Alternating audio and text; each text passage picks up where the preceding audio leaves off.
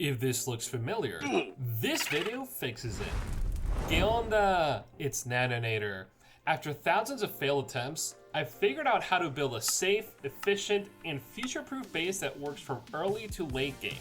And I promise there are tips here even veterans miss. Before we build anything, we need to choose where to live, as this choice alone will decide how often you die. In general, the best biomes are forests and plains. They have temperate climates and often spawn villages with access to everything a player needs early on. What you want to avoid are deserts and cold biomes. Extreme heat and cold make traveling miserable, and temperature damage becomes a constant threat, especially early game. If you're playing Dragora in single player, my personal recommendation is the center of the world 0-0. It has access to multiple biome resources and even a natural waste zone, which is huge. This takes me to the next point. Once you choose where to live, you must be near a naturally generated waste zone. Waste zones are the main method of safely returning home after adventuring. Crafting one early game is not realistic. It requires a nether star, and you can't move naturally spawned waste zones.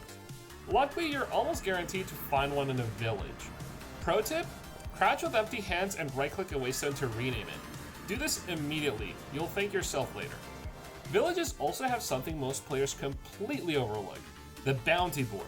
This block is uncraftable, and nearby villagers will post missions that reward useful items throughout your playthrough. If you're leaving near a village, keep a few villagers close and check it regularly. This is a free progress that almost no one uses. With a location chosen and travel solved, it's time to make a base. Yes, you can build a dirt hut, but honestly, it's usually easier and safer to claim a naturally generated structure. If you're already in the village, just take one of the houses. It's fast, functional, and gets pretty much everything you need immediately.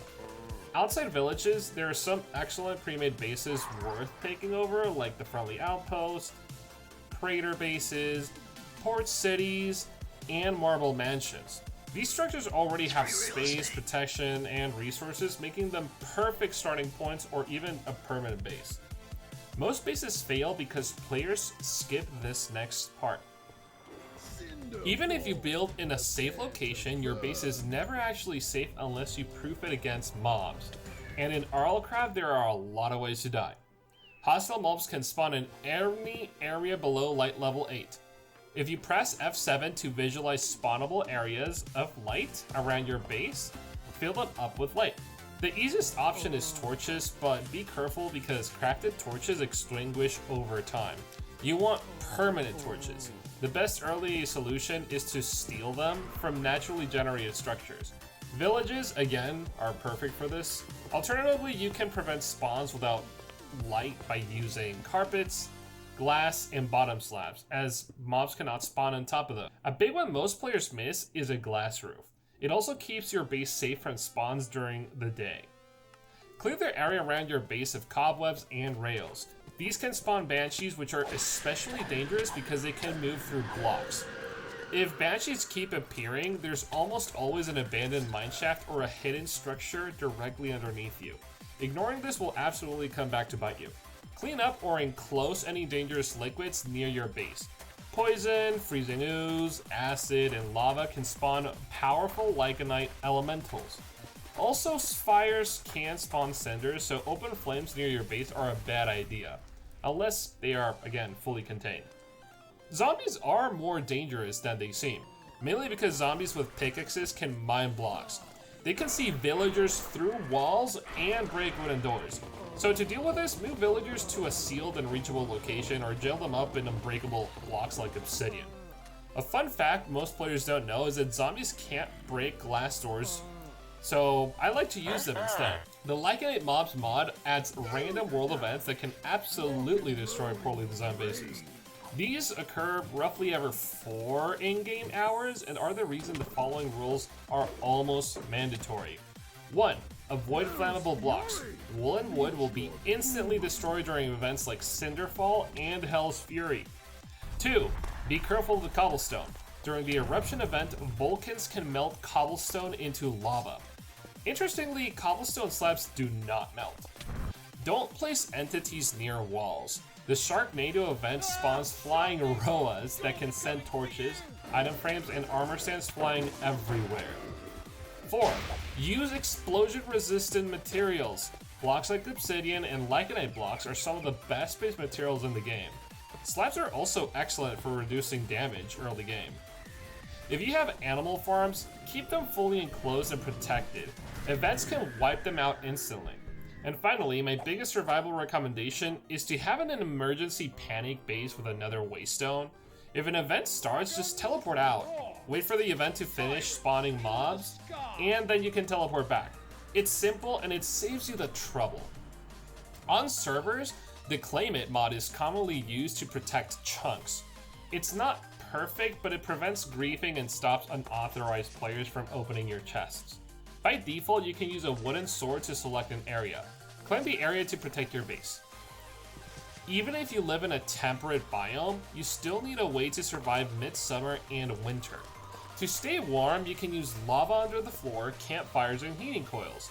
Place lava under the floor to prevent lava lycanids from attacking.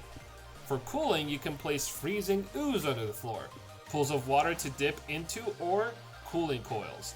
Again, place the freezing ooze, if you're using that, under the floor to manage temperature without turning your home into a hazard. If your base doesn't handle both heat and cold, it's only safe for part of the year. RLCraft gives you way more storage options than you actually expect.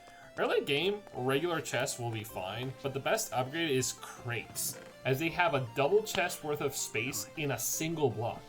You can make them at building level 12 in a carpentry table, or find them in some structures.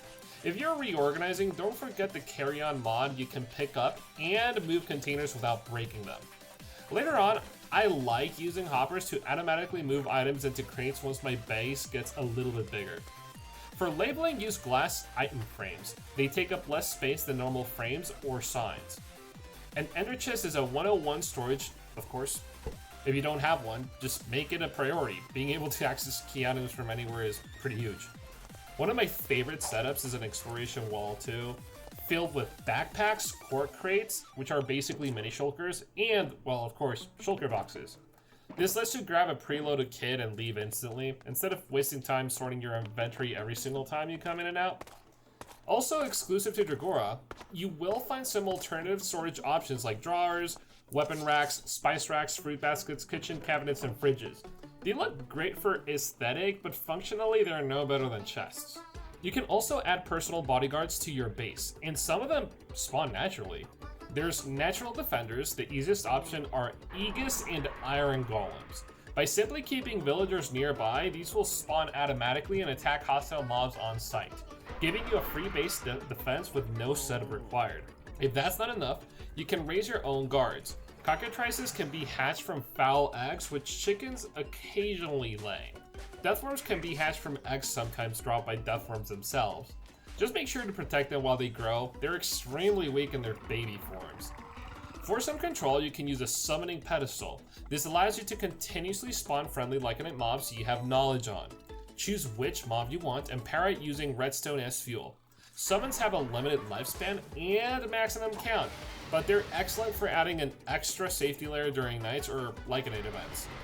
Not technically a guard, but just as important, if you trap a nymph in a boat or a cart, you gain a permanent healing source inside of your base.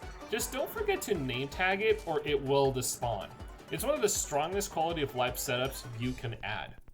Every good base needs farms, but there are hundreds you could build, so I'll just focus on the ones that actually matter. Wheat, reliable early food, grapevines for purple dye and wine, a wildberry for wildberry wine, chickens for feathers and potential cockatrices, macas for leather as well as their very useful meat, sugarcane for paper and using in labor and trading, netherwort required for potion brewing, and if you can, building a trading hall is one of the best investments you will ever make. Enchantments turn you into an absolute menace and can make or break your game. Trading also gives you free Aegis spawns, a way to get extra experience, and to lure zombies into a trap. One small thing that makes a massive difference is to place lots of flowers around your base. This allows nymphs to spawn naturally, which provide regeneration when you're nearby, or your farm animals. There's a huge variety of amenities you can add onto your base, each providing different benefits. So let's start with the basics. Every base should have crafting tables and furnaces. When possible, upgrade your furnace to netherrack furnaces and then to gilded furnaces. In Dragora, there's also a nuclear furnace, which is only found in industrial crates. It is extremely fast but requires uranium as well. You can also make a very simple auto smelter using 2 hoppers, a furnace, and chest to automate the process. You'll, of course, need a bed to sleep and set your spawn point. I highly recommend placing a boat next to the bed because if a Reaper spawns, it will get trapped in the boat, making it easy to deal with. You should also craft a hammock to sleep through the day. To place it, put 2 logs, 4 blocks apart and 1 block above the ground. Then add 2 nails and place the hammock. To use it, empty both hands and shift right click. Hammocks let you heal too, but keep in mind there is a cooldown between sleeping in a bed and sleeping in a hammock. Make a 2x2 infinite water source somewhere near your base, as this is easy to forget but always useful. Alternatively, in Dragora you can use a sink, which provides infinite water and can be drunk from, although the water is not clean. To obtain purified water, place rain collectors outside your base. Personally, I prefer using a boiling pot instead. To set it up, just place a heat source underneath and a cauldron on top. Make sure the heat source is fully enclosed so fire elementals can't escape and they are trapped in there. And keep the surrounding blocks clear. You'll know it's working once you see bubbles rising from the water. Make a carpentry table as it gives access to many furniture blocks, most importantly crates, which store the equivalent of a double chest in a single block. Our reforging station is extremely important as it allows you to re-roll item qualities. You should aim for Masterful in armor, Undying on baubles, and Legendary on tools and weapons. A bauble reforge station lets you re-roll the secondary quality of baubles using experience, with Armored, Hardy, and Menacing being some of the best options. Set up an enchanting area with 3 parts. One setup for level 30 enchantments, one for cheap enchant rerolls, and a disenchantment table to strip useful enchantments from items you find. I usually place my ambles right next to all of these as well. You'll also want the brewing station for potion creation. Closely related are alchemic condensers, which are used to make elixirs that provide different buffs. For the basic version, place 2 alchemical retorts. For the advanced version, use an advanced alchemical condenser with advanced retorts. Build a healing pad, as standing on one provides infinite regeneration too. These are fantastic for trader halls to keep villagers healthy. And you can even cover parts of your base or animal farms with them too. Lycanite tool stations are very useful. The equipment forge allows you to craft lycanite tools and be upgraded from lesser to greater. And finally to master, letting you combine level 1, 2, and 3 parts respectively. The equipment infuser lets you level up lycanite parts, and the equipment station allows you to repair durability or replenish magic on your equipment. The rune reader lets you discover rune recipes, which is necessary because every world seed is randomized. Make sure to upgrade it to the advanced version so you can also see what you're crafting.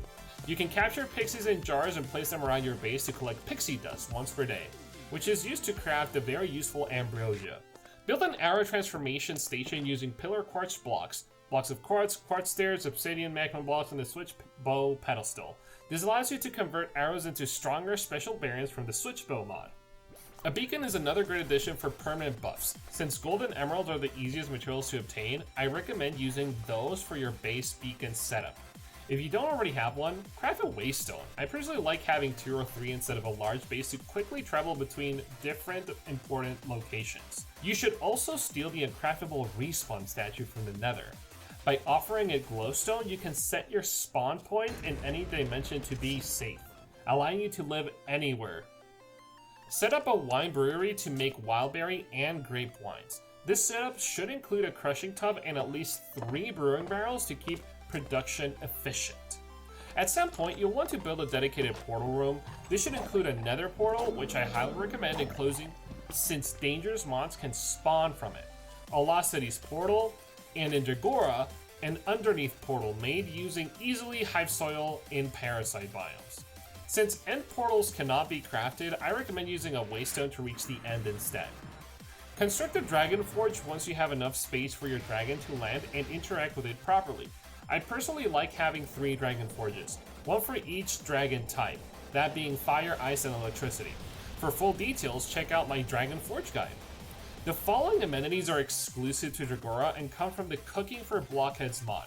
You can place a cow in a jar by crushing it onto a bottle with an anvil, which provides an infinite passive milk source. A kitchen oven allows you to cook massive amounts of food extremely quickly, although it does not grant experience. A sink can also be used here as an infinite water source. There are many additional blocks in this mod, but most are cosmetic or provide very small alternative storage options. If you're willing to deal with Dragora's radiation systems, there are several advanced machines you can use. 14 in total, obtained from industrial crates, but only are truly practical. The nuclear furnace mentioned earlier is one of them. An RTG generator can be used to generate electricity, and any of the 5 variants will work. A manufacturer placed next to a power source can double blaze powder from blaze rods, turn rotten flesh into leather, and double bone meal from bones. When working with radiation, you must use a nuclear scrubber, as it is the only way to cleanse radiation. Don't forget that it also requires a power source to function. If you ever need massive amounts of electricity, you can build a fission reactor. These are powerful but complex machines with strict building rules, so only attempt them once you fully understand how they work.